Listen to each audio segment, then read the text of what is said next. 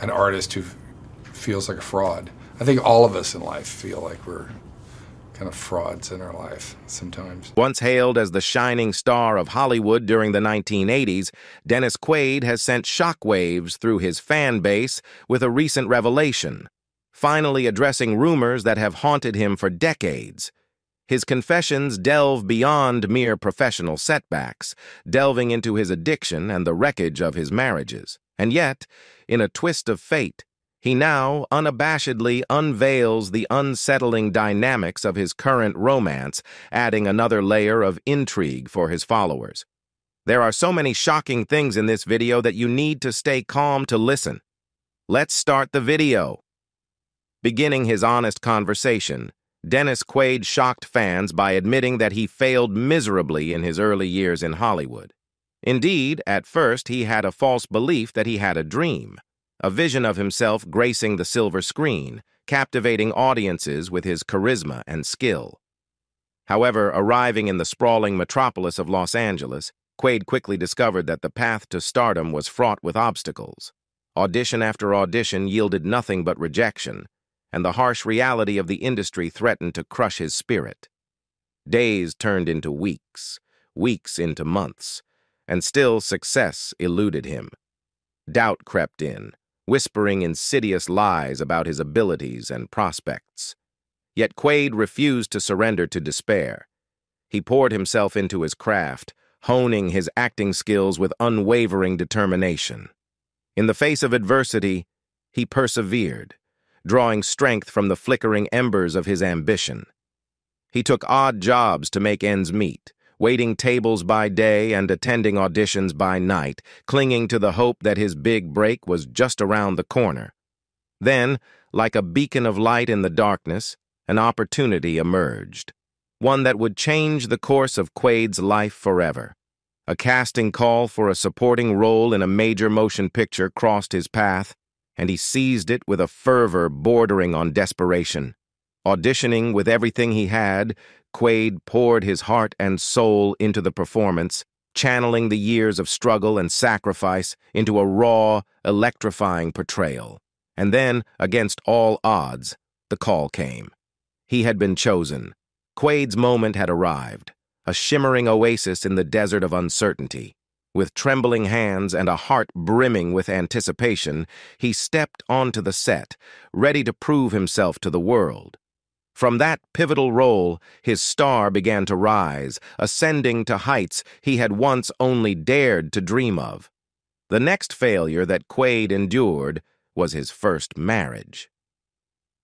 In 1983, as Quaid embarked on the ambitious project of The Right Stuff, little did he know that while his career was about to skyrocket, his personal life was on the precipice of turbulence. The film, a historical portrayal of astronauts and their daring exploits, would indeed propel him into the stratosphere of fame, cementing his status as a leading man in Hollywood. However, behind the scenes, the atmosphere in Quaid's marriage with PJ Soles was growing increasingly turbulent, reminiscent of the famous phrase, "Houston, we have a problem." As the spotlight of fame illuminated Quaid's life, it cast shadows over his relationship with Soles.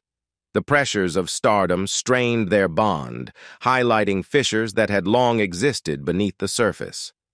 Despite their efforts, they found themselves unable to navigate the treacherous waters of fame and matrimony, ultimately deciding to part ways in the same year The Right Stuff was released.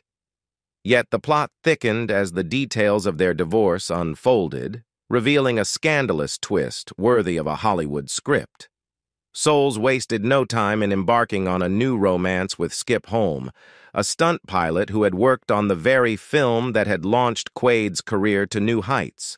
The revelation sent shockwaves through Quaid's world, raising questions about the true nature of their breakup and the extent of Soles' involvement with Holm during their marriage. To add insult to injury, Soles and Holm swiftly tied the knot, leaving Quaid reeling from the betrayal and the public spectacle that ensued. It was a bitter pill to swallow, a painful reminder of the fragility of love in the unforgiving glare of fame. Despite the personal upheaval, Quaid found solace in his burgeoning career, ascending to the ranks of Hollywood's elite with roles in acclaimed films like The Big Easy. However, with fame came a newfound freedom, a double-edged sword that exposed him to the temptations of excess and indulgence. Quaid's life became a whirlwind of parties, celebrity gatherings, and fleeting romances, each one a temporary distraction from the emotional turmoil brewing within. He became ensnared in a cycle of hedonism, seeking refuge in the arms of nameless women as he grappled with the void left by his failed marriage. In an interview, Dennis Quaid did not hesitate to admit his tragic addiction. He once said that the insidious white powder that permeated the air of Hollywood's elite circles had woven its tendrils around his life, entangling him in a web of dependency from which escape seemed increasingly elusive. For Quaid, the insidious white powder wasn't just a recreational indulgence, it had become a lifeline, a crutch upon which he leaned to navigate the relentless demands of fame and fortune. In the haze of addiction, he adopted a blasé attitude towards his habit, convinced that he was in control even as the substance tightened its grip around his soul. Days blurred into nights as Quaid descended deeper into the abyss of his addiction. The lines between reality and illusion became increasingly blurred, his once promising career overshadowed by the specter of substance abuse. Despite his best efforts to conceal his struggles, the effects of his addiction were impossible to conceal. He stumbled onto the set, bleary-eyed and disheveled, a hollow shell of the vibrant talent he once embodied. Behind closed doors, Quaid's descent into darkness was even more pronounced. The euphoria of the night would give way to the cold light of morning, revealing the stark reality of his situation. Alone in the quiet hours before dawn, he would wrestle with the demons that haunted his conscience, pleading with a silent God for deliverance from the prison of his own making. Yet for all his prayers and promises of redemption, Quaid found himself trapped in a cycle of self-destruction, each rock bottom eclipsed by the relentless march of addiction. The euphoria of the night would fade with the rising sun, leaving him mired in regret and self-loathing, only to be drowned out by the siren call of the insidious white powder once more. As the 1990s dawned, Dennis Quaid found himself at a crossroads, his personal and professional life intertwined in a complex tapestry of triumphs and tribulations. Engaged to the luminous Meg Ryan, their relationship became fodder for tabloids, romanticized as a fairy tale romance fit for the silver screen. Yet, behind the veneer of glitz and glamour, Quaid was grappling with demons that threatened to tear apart the very fabric of his existence. His addiction, a relentless specter that had haunted him for years, reached a crescendo of despair. In the depths of his torment, Quaid experienced what he described as a white light experience, a moment of clarity in which he confronted the stark reality of his situation. Faced with the prospect of losing everything he held dear, he made a pivotal decision to confront his demons head-on.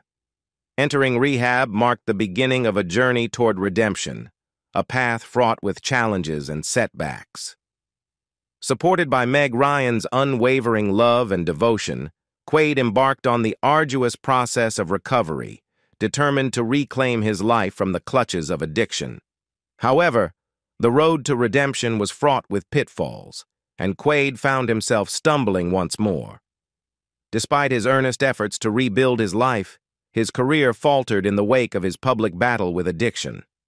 As he grappled with the aftermath of rehab, Quaid watched from the sidelines as Ryan's star continued to ascend, her name becoming synonymous with box office success and critical acclaim. The disparity between their respective careers fueled Quaid's insecurities, stirring a toxic cocktail of jealousy and resentment. Accustomed to being the center of attention, he found himself grappling with feelings of inadequacy as he struggled to reconcile his fading star power with Ryan's meteoric rise to fame. Another health-related problem caused Dennis to admit that he had suffered in pain. What began as an attempt to shed pounds for a role spiraled into a relentless battle with a disorder that warped his perception of reality and left him a shadow of his former self. As the pounds melted away with alarming speed, Quaid found himself trapped in a nightmarish cycle of self-destruction. Despite his dwindling frame, he remained oblivious to the gravity of his condition, unable to reconcile the image in the mirror with the reality of his emaciated form. Anorexia had taken root in his mind, distorting his perception and eroding his sense of self-worth.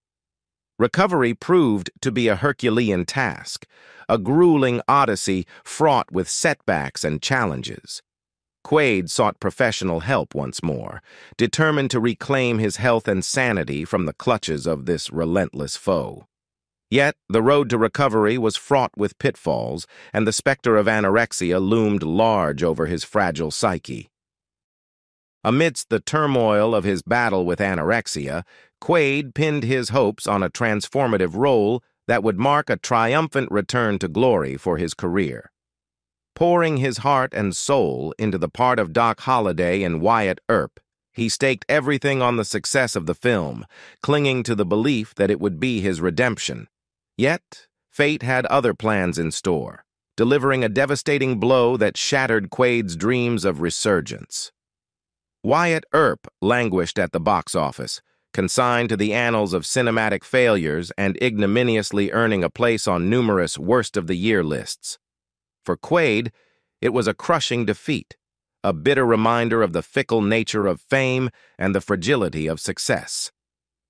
In the aftermath of this profound disappointment, Quaid found himself at a crossroads once more, grappling with feelings of despair and disillusionment.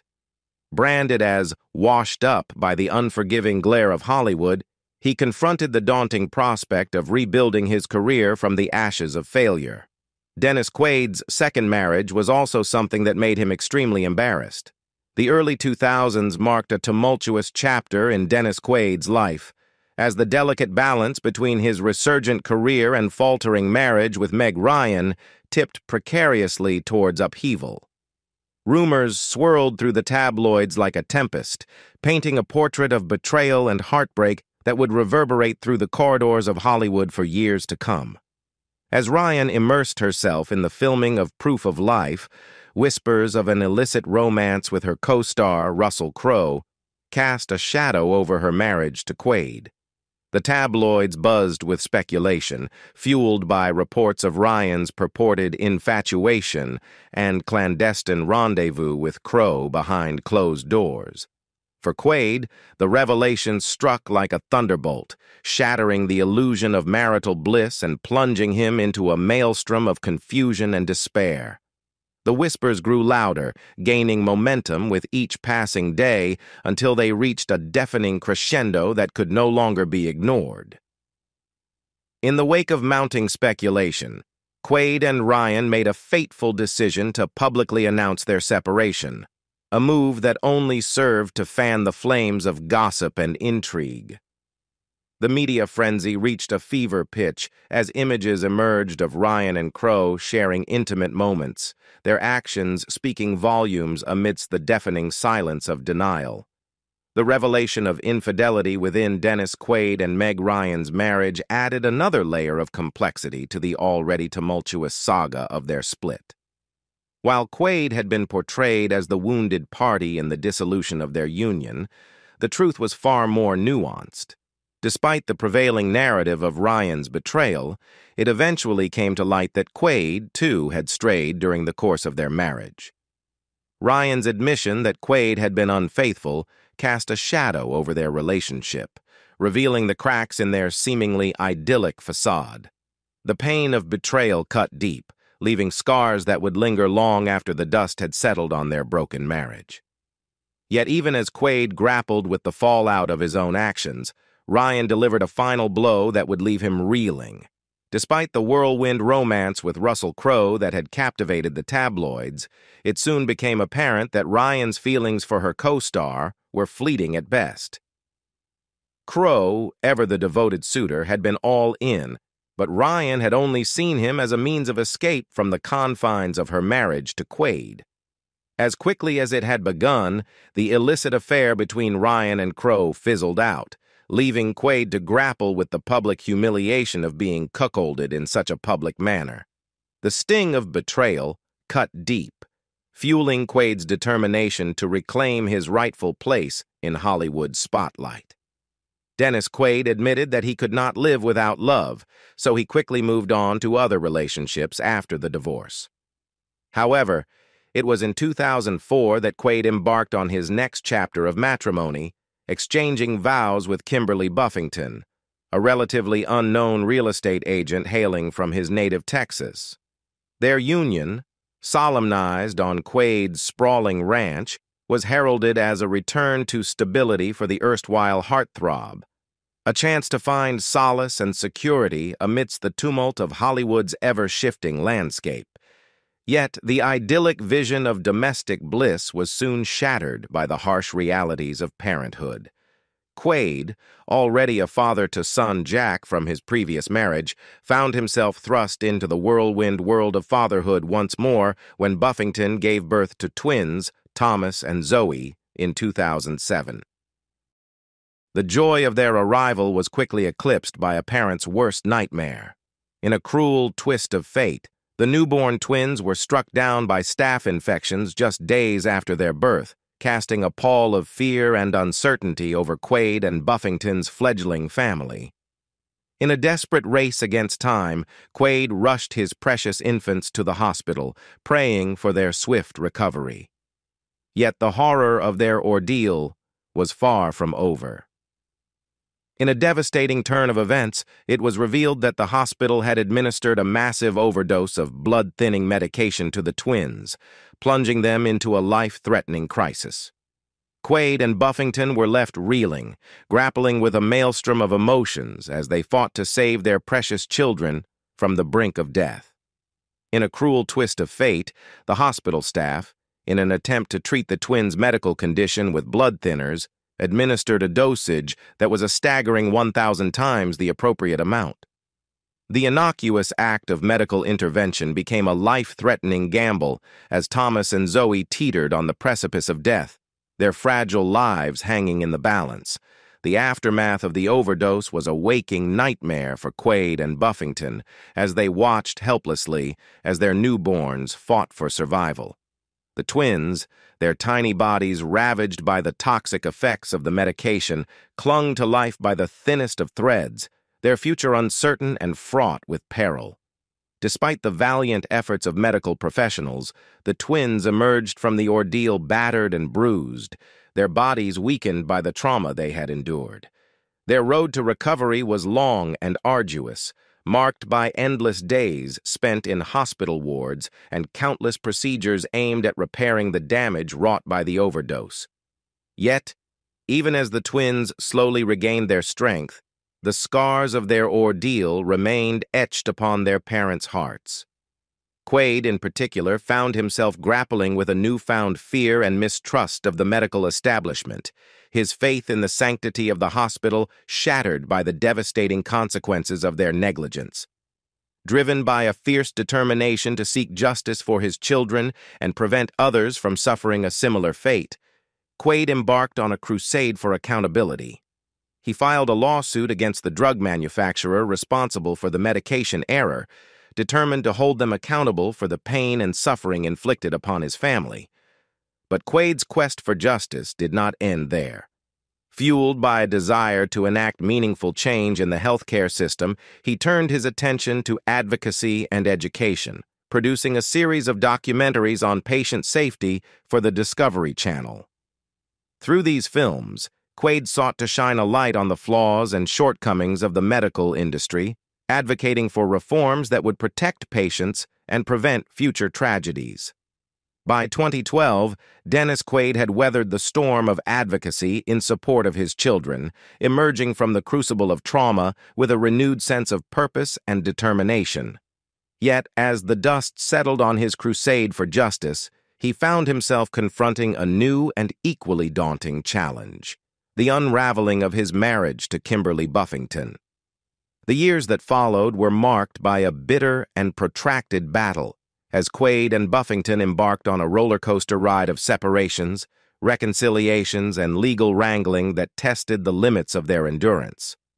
What began as a tentative step towards divorce in 2012 quickly devolved into a quagmire of acrimony and resentment, as the couple grappled with the fallout of their fractured relationship.